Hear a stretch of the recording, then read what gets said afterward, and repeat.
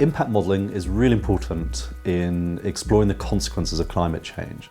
It's about taking the outputs of climate models, so changes in climate variables such as temperature, precipitation, wind speed, storminess, and we're exploring how those changes would affect, for example, agriculture or forestry or water resources or nature conservation, and understanding how those changes will impact on the economy, impact on social well-being of individuals and society. And that's really important in terms of informing the response strategies to the effects of climate change. Traditionally, a lot of climate change impact research has focused on single sectors.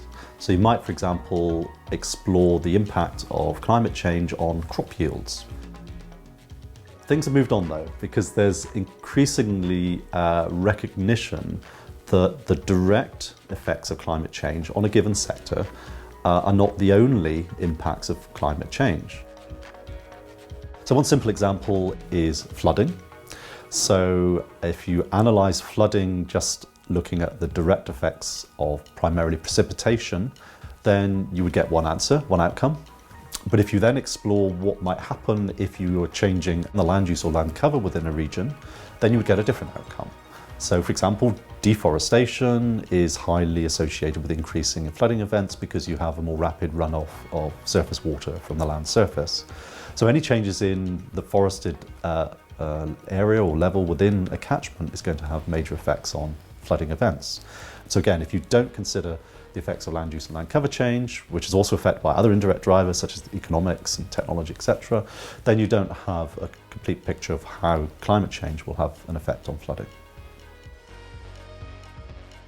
The world is complex, but we don't need to be afraid of that complexity. But what we do need to do is to try and understand that complexity. Integrated models are really all about trying to accommodate these multiple socioeconomic change drivers, which are at least, in many cases, more important than the direct effect of climate change as a driver, so that we can understand the interactions between these different components of human activities.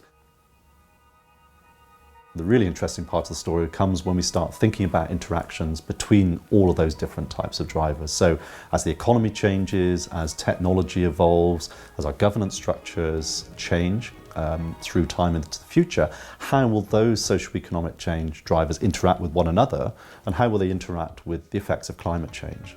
And that is the crucial aspect in trying to understand how climate change will have an effect on people.